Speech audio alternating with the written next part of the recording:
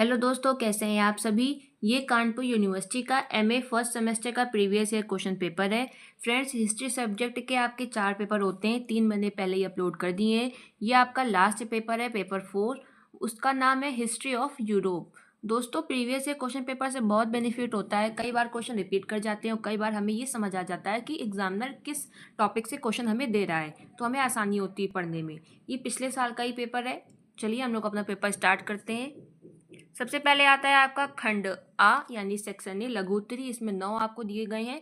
First जो आपका लघुत्तरी question है वो है मानवतावाद पर एक संक्षिप्त टिप्पणी लिखिए। सेकंड आपका लघुत्तरी क्वेश्चन है प्रति धर्म सुधार आंदोलन से आप क्या समझते हैं। थर्ड नंबर का जो आपका लघुत्तरी क्वेश्चन है यूरोप में व्यावसायिक क्रांति के प्रभावों का परीक्षण कीजिए। फोर्थ नंबर का जो आपका लघुत्तरी क्वेश्चन है वो है 1789 यानी 1789 ईस्वी की फ्रांस की क्रांति के आर्थिक कारणों की विवेचना कीजिए। फिर आपका अगला लघुत्तरी क्वेश्चन है ज्ञानोदय यानी प्रबोधन आंदोलन का क्या महत्व है। नेक्स्ट, कृषि क्रांति के प्रभाव का आलोचनात्मक मूल्यांकन कीजिए। नेक्स्ट क्वेश्चन आपका पुनर्जागरण का क्या अर्थ है, इसकी प्रमुख विशेषताओं पर प्रकाश डालिए।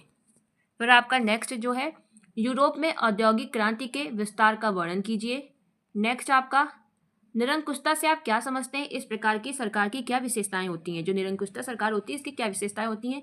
ये थे आपके 9 लघु उत्तरी क्वेश्चन जिसमें आपको 9 के 9 करने होते हैं। अब आते हैं हमारे लॉन्ग दीर्घ उत्तरी क्वेश्चन खंड बा सेक्शन सी। इसमें भी आपको 4 दिए गए, कोई एक करना है।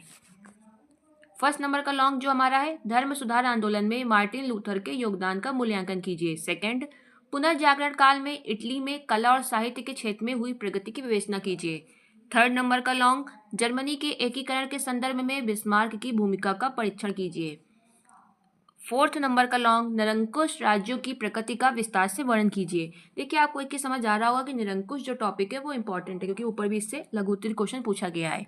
अब आते हैं खंड 7 सेक्शन सी में। इसमें भी 4 लॉन्ग है, कोई ये करना है। फर्स्ट हमारा जो लॉन्ग है वो है वाणिज्यवाद के उदय के कारणों एवं इसके परिणामों की विवेचना कीजिए। नेक्स्ट हमारा है इटली के एकीकरण में कावोर गैरीबाल्डी के योगदान का वर्णन कीजिए। थर्ड नंबर का लॉन्ग जो है 1688 ईस्वी की इंग्लैंड की वैभवपूर्ण क्रांति के कारणों एवं प्रभावों का उल्लेख कीजिए। लास्ट जो हमारा क्वेश्चन है लॉन्ग का लुई 14वें की गृह एवं धार्मिक नीतियों का वर्णन कीजिए। ये थे खंड 7 के 4 लॉन्ग, को ये करना है। टोटल आपको 8 लॉन्ग दिए जाते हैं जिनमें कोई 2 करने होते हैं। तो फ्रेंड्स, ये थे आपका चारों पेपर मैंने अपलोड कर दिए हैं।